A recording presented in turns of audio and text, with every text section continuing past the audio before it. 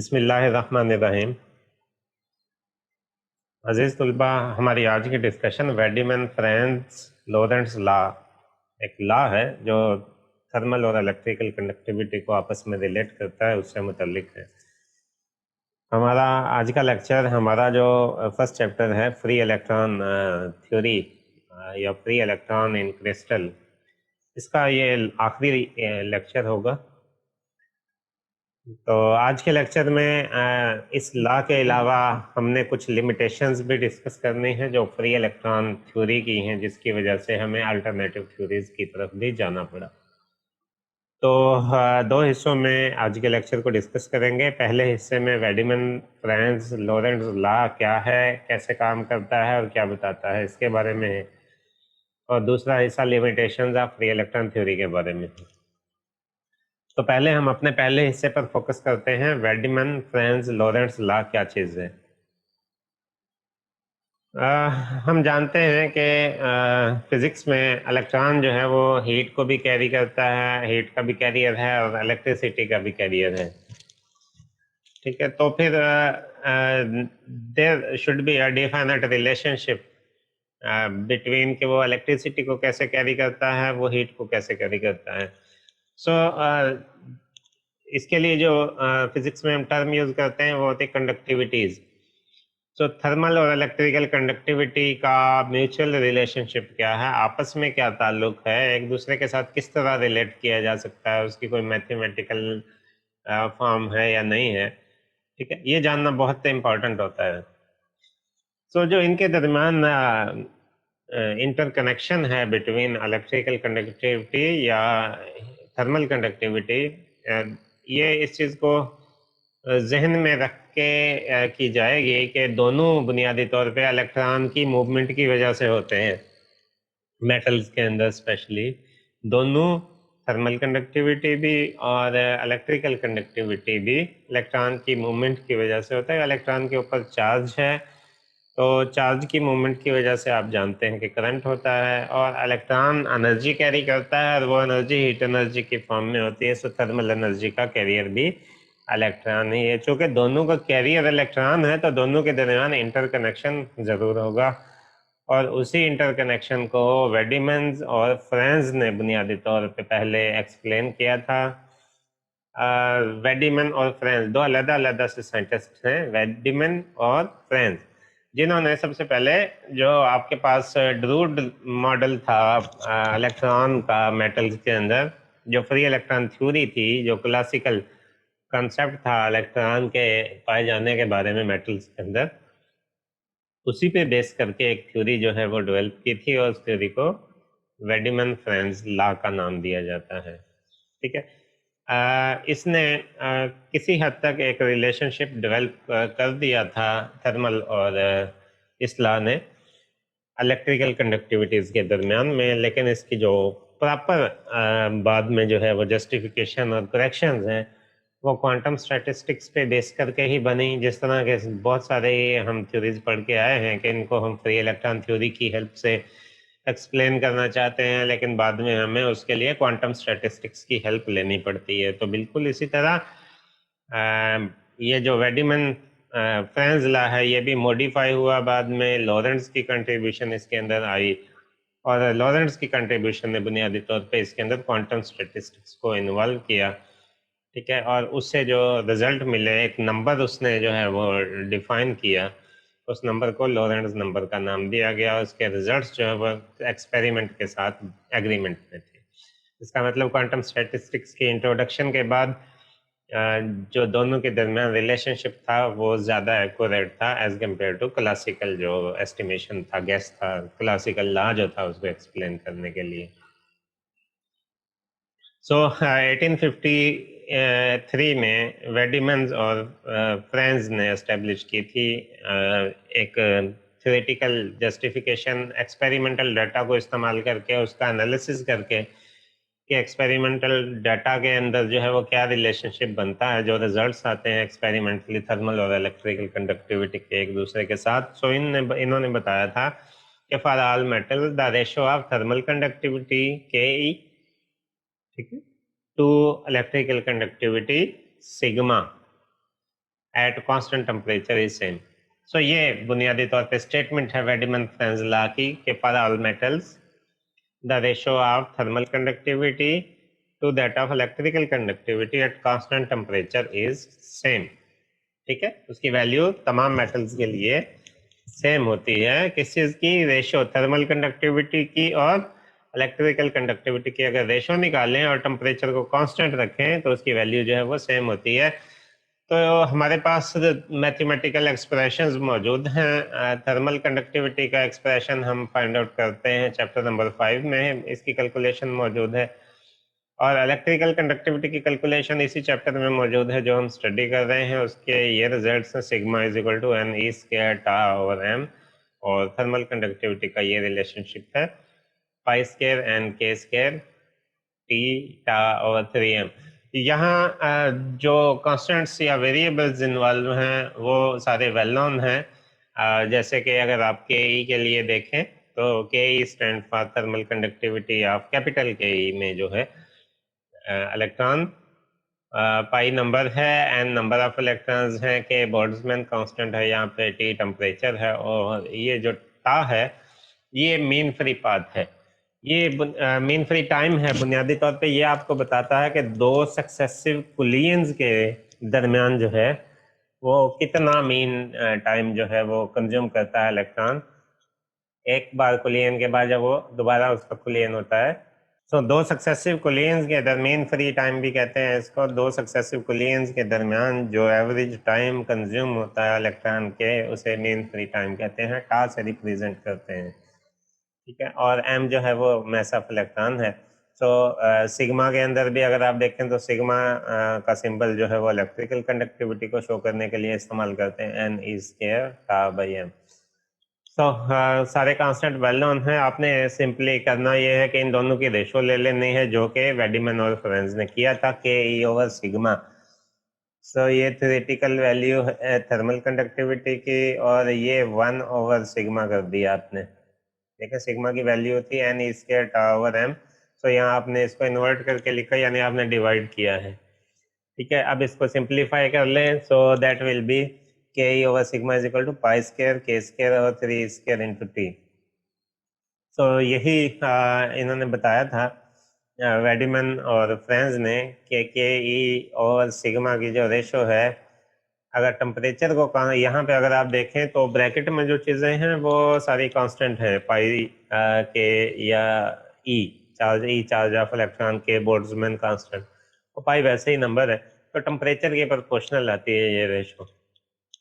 ठीक है, यानी कि अगर आप इसका ग्राफ टेम्परेचर के अगेंस्ट ड्रा करेंगे तो स्ट्रेट लाइन इसका जो है वो प्लॉट होगा। सो अगर आप टेम्परेचर को कांस्टेंट रख लेंगे तो फिर के ई और सिग्मा की वैल्यू जो है वो कांस्टेंट होगी। यहाँ कोई मेटल की नेचर नहीं डिफाइन की गई, सिर्फ इसका रिलेशनशिप टेम्परेचर के साथ बनता है। तो यही बुनियादी तौर पे स्टेटमेंट है। So Wiedemann Franz observe that the ratio K E over sigma remains constant for all the metals at fix temperature.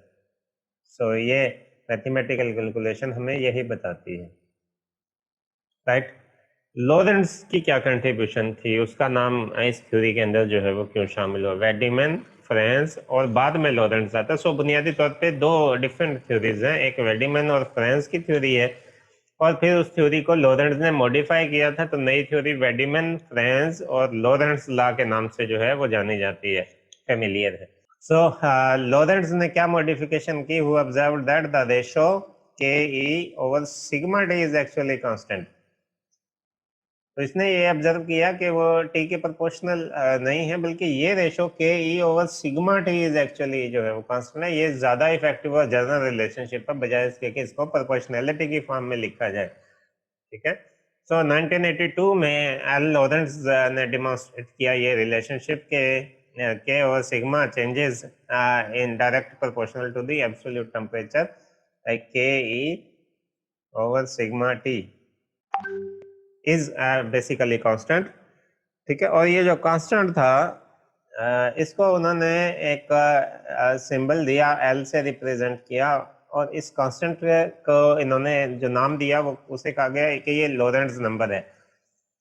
तो इनकी ये स्टेटमेंट थी कि के ई और सिग्मा टी जो रेशो है दैट इज एक्चुअली कांस्टेंट और इसकी वैल्यू लोरेंट्ज नंबर के बराबर आती है और तमाम मेटल्स के लिए इसका यही रिजल्ट आता है, इसकी यही वैल्यू आती है। और जो कैलकुलेटेड वैल्यू है इसको सॉल्व करें तो L is equal to 2.45 into 10⁻⁸ ठीक है। ये इसकी वैल्यू है, is constant, that is identical for all metal, right. This is called Lorentz number, watt ohm per kelvin square, ये इसकी यूनिट्स हैं लोरेंट्ज नंबर की। सो लोरेंट्ज की कंट्रीब्यूशन ये थी, बुनियादी तौर पे इसने एक नई रेशो जो है वो डिफाइन की थी। प्रीवियसली रेशो के ओवर सिग्मा की थी और अब के ओवर सिग्मा टी की रेशो है बुनियादी तौर पे, जिसको कांस्टेंट कहा गया है। बुनियादी तौर पे दोनों चीजें जो हैं वो ऑलमोस्ट आइडेंटिकल हैं, सिर्फ उसको देखने का एंगल स्लाइटली डिफरेंट है। आजकल की जो हमारी सॉलिड स्टेट थ्योरी है, ये बुनियादी तौर पे इलेक्ट्रॉन की जो फोनान के साथ इंटरेक्शन है, लेटेस्ट वाइब्रेशन को भी कंसीडर करती है। सो चूंकि वो बेसिक लॉ जो है वो सिर्फ इलेक्ट्रॉन की वजह से दोनों थर्मल कंडक्टिविटीज को रिलेट कर रहा है, तो उसके अंदर स्लाइट डेविएशन जो है वो ऑब्वियस है, वो अंडरस्टैंडेबल है, ठीक है। सो जो वेडिमन लॉ जो है वो इफेक्टिवली बहुत सारी मेटल्स को एक्सप्लेन कर देता है, लेकिन कुछ के अंदर स्लाइट डेविएशन हो सकती है और ये अंडरस्टैंडेबल है, क्योंकि हम यहाँ पे जो वाइब्रेशनल इफेक्ट है उसको जो है वो कंसिडर नहीं कर रहे इस डिस्कशन के अंदर, ठीक है। Right, so at room temperature, the observed value of L are fully consistent with its theoretical value. Room temperature पे जो इसकी वैल्यू है लोरेंट्ज नंबर की, वो थ्योरेटिकल वैल्यू से एक्सपेरिमेंटल वैल्यू जो है वो मैच करती हैं। How are there are metals, लेकिन कहता है कुछ मेटल्स हैं such as B which at room temperature are not subject to Wiedemann Franz law. कुछ मेटल्स हैं जिनके लिए लोरेंट्ज नंबर जो है या वेडिमन-फ्रेंज लोरेंट्ज लॉ जो है उसके लिए वो थ्योरेटिकल वैल्यू से एक्सपेरिमेंटली वैल्यू एग्री नहीं करती, ठीक है। इसकी बेसिकली रीजन होती है कोई ना कोई, तो जो रीजन उसने बताई है, the reason for this is apparently the large value of Debye temperature for this metal. Debye temperature के बारे में हमने अपने प्रीवियस लेक्चर में जो है वो इसका थोड़ा सा डेफिनेशन की हद तक इसको स्टडी किया था कि नॉर्मल मोड का जो मैक्सिमम टेम्परेचर होता है, नॉर्मल मोड ऑफ वाइब्रेशन का जो मैक्सिमम टेम्परेचर होता है उसे डिवाइड टेम्परेचर कहते हैं। तो जिन मेटल्स का डिवाइड टेम्परेचर ज़्यादा होता है उनके लिए जो लोरेंट्ज नंबर की वैल्यू है वो थ्योरेटिकल वैल्यू से डेविएट कर सकती है, जिसमें वाइब्रेशनल इफेक्ट जो है वो ज़्यादा डोमिनेंट हैं रूम टेम्परेचर पे, उनके अंदर जो है वो रिजल्ट स्लाइटली डिफरेंट हो सकता है। सो अगर आप इस ग्राफ का एनालिसिस करें तो for most of the metal ये कांस्टेंट लाइन है, ये थ्योरेटिकल लाइन है, एल की वैल्यू है जो हमने अभी कैलकुलेट की है लोरेंट्ज नंबर की। ये स्ट्रेट लाइन हॉरिजॉन्टल लाइन जो है ये एक्सपेरिमेंटल वैल्यूज हैं डिफरेंट मेटल्स के लिए, Ag के लिए, कॉपर के लिए, Au के लिए, MO टंगस्टन के लिए, राइट।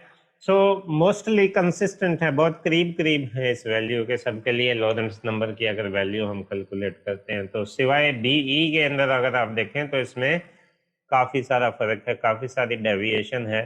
इसकी वजह बुनियादी तौर पे इसका डिवाइड टेम्परेचर है, तो इसमें रूम टेम्परेचर पे ही जो वाइब्रेशनल इफेक्ट्स हैं वो ज़्यादा डोमिनेंट हो जाते हैं, जिसकी वजह से डेविएशन जो है वो ऑब्जर्व की गई है। एक्सपेरिमेंटल वैल्यू जो लोरेंट्ज नंबर की है, चूँकि मैंने आपको कहा बहुत सारी मेटल्स के लिए जो है वो जो थ्योरेटिकली हम कैलकुलेट करते हैं वो एग्री करती हैं। एट लो टेम्परेचर वो कहता है when temperature is very very less then divide temperature L tends to decrease. L की वैल्यू जो है वो कम होती है लो टेम्परेचर पे, because the collision time involve in two conductivities is not identical. Low temperature पे जाके वाइब्रेशंस चूँकि फ्रीज हो जाती हैं, तो थर्मल कंडक्टिविटी के केस में जो कुलियन टाइम है और जो इलेक्ट्रिकल कंडक्टिविटी के केस में है वो एक जैसा नहीं रहता, ठीक है। तो क्या होता है, एल की वैल्यू डिक्रीज होती है, ठीक है। इसका मतलब डिनोमिनेटर में जो वैल्यू है वो क्या हो जाएगी, वो बढ़ जाएगी। तो इलेक्ट्रिकल कंडक्टिविटी लो टेम्परेचर पे जो है वो इंक्रीज कर जाएगी, जिसकी वजह से लोरेंट्ज नंबर की वैल्यू जो है वो रिलेटिवली डिक्रीज कर जाती है। सो ये एक चार्ट है डिफरेंट मेटल्स के लिए लॉरेंट्ज नंबर का, और ये लॉरेंट्ज नंबर को 100 डिग्री सेंटीग्रेड पे है, ये 0 डिग्री सेंटीग्रेड पे है। सो ये डिफरेंट मेटल्स की वैल्यूज हैं जो तकरीबन 2.45 जो हमने थ्योरेटिकली कैलकुलेट किया है उसके साथ कंसिस्टेंट है, उसके करीब करीब है। टेम्परेचर के साथ आपको स्लाइट वेरिएशन जो हैं वो नज़र आ सकती हैं। तो ये हमारी डिस्कशन थी वेडिमन फ्रेंस लॉरेंट्ज लॉ के बारे में।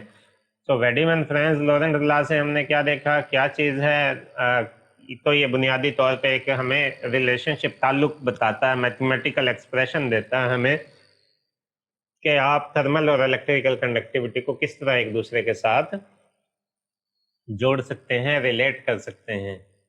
ठीक है। सो वेडिमन फ्रेंस या वेडिमन फ्रेंस लॉरेंट्ज लॉ बुनियादी तौर पे हमें एक करेक्ट रिलेशनशिप प्रोवाइड करता है दोनों कंडक्टिविटीज़ के दरमियान में। सब मोस्ट ऑफ द मेटल के लिए ये लॉ जो है ये कंसिस्टेंट है और उनके लिए ये रिलेशनशिप को एक्सप्लेन कर देता है। बाज़ के लिए जो है डेविएशन है उसकी वजह भी हमारे सामने मौजूद है। लें जी, ये हमारा मेन टॉपिक था। तो अब थोड़ा सा जो है वो अपना लास्ट टॉपिक है, मुख्तसर सी बात है एक लिमिटेशंस के बारे में, क्या क्या लिमिटेशंस हैं, क्या फेलियर हैं फ्री इलेक्ट्रॉन थ्योरी के, इनको हमने डिस्कस करके आज की डिस्कशन को हम वाइंड अप करते हैं। तो बहुत सारे पॉइंट्स हो सकते हैं, बहुत सारे पॉइंट्स एक दूसरे के साथ इंटरलिंक्ड हैं। कुछ चीज़ें जो हमने पढ़ी हैं उसमें हम मल्टीपल टाइम जो है वो डिस्कस करके आए हैं कि ये क्लासिकली अगर देखें तो इसका ये इम्पैक्ट है, अगर इसमें क्वांटम मैकेनिक्स को इन्वॉल्व कर लिया जाए तो इसके रिजल्ट को एक्यूरेटली देखा जा सकता है।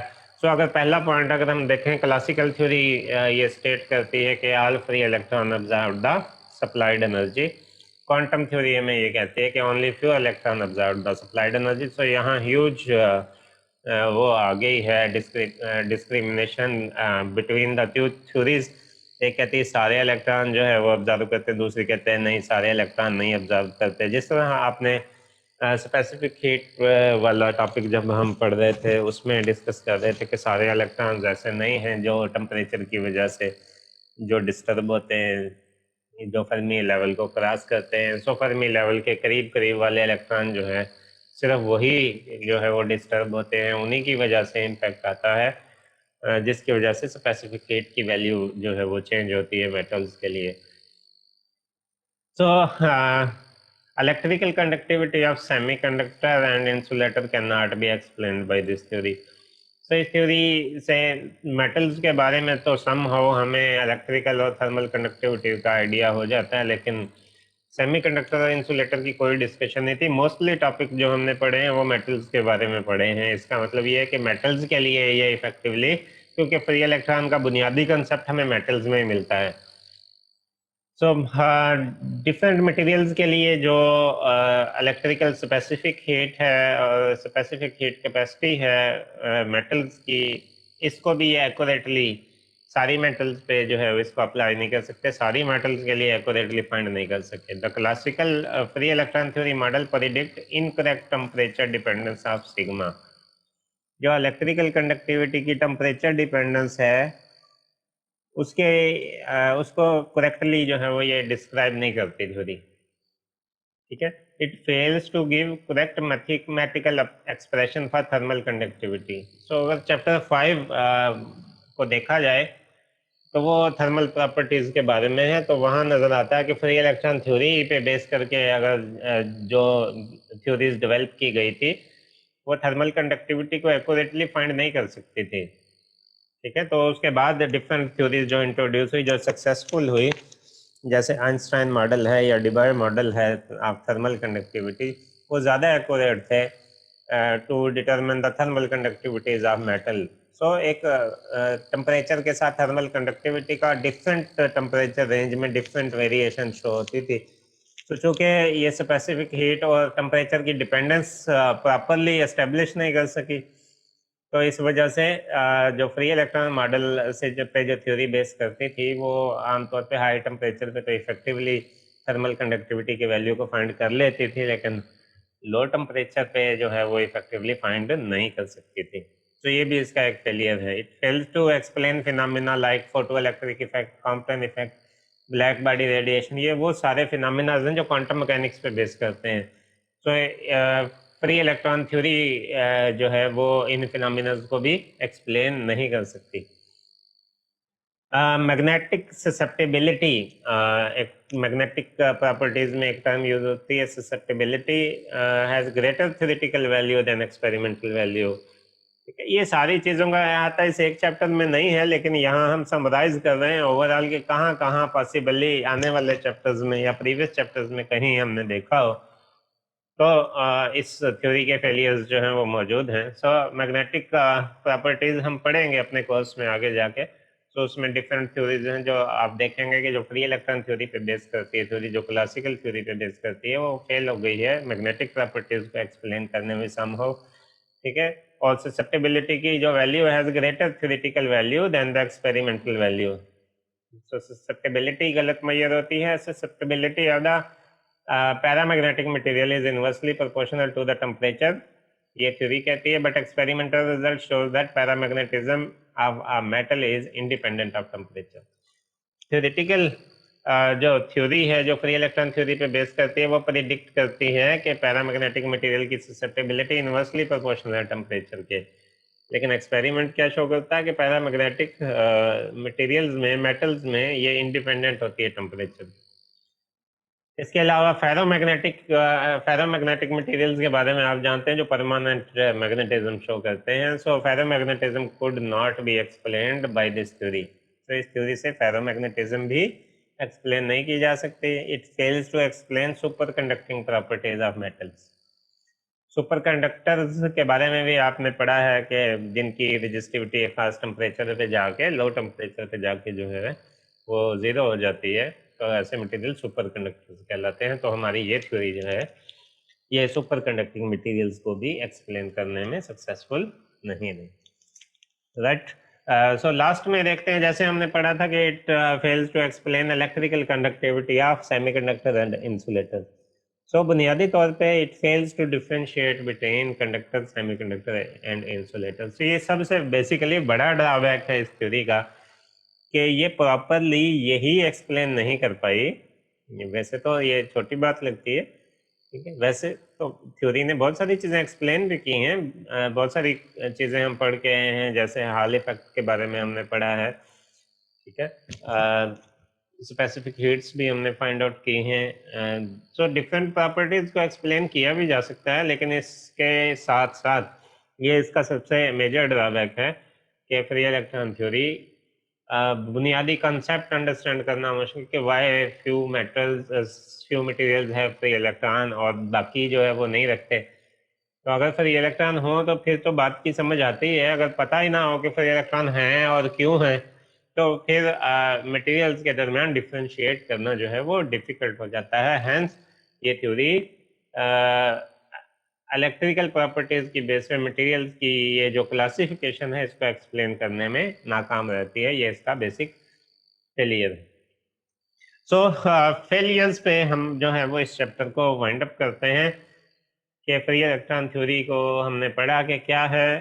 फ्री इलेक्ट्रॉन थ्योरी से कुछ मटेरियल की प्रॉपर्टीज़ को एक्सप्लेन भी किया, और फाइनली जो इसकी लिमिटेशंस हैं उसको डिस्कस करके हम इस चैप्टर को वाइंड अप कर रहे हैं। और हमारा अगला चैप्टर हमें इन्हीं लिमिटेशंस की बुनियादी तौर पे सॉल्यूशन प्रोवाइड करेगा, अल्टरनेटिव थ्योरी प्रोवाइड करेगा। सो अगले लेक्चर में हम जो है वो बैंड थ्योरी ऑफ सॉलिड को डिस्कस करेंगे। हम देखेंगे कि बैंड थ्योरी ऑफ सॉलिड क्या है, उसकी कैसे ज़रूरत पेश आती है, इन लिमिटेशंस को क्या वो एड्रेस कर सकती है या नहीं कर सकती, और वो किस तरह से एक्सप्लेन करती है। ठीक है, तो आज के लिए यही हमारी डिस्कशन थी। मैं उम्मीद करता हूँ आपको आज के लेक्चर की समझ आई होगी। Thank you very much for your attention.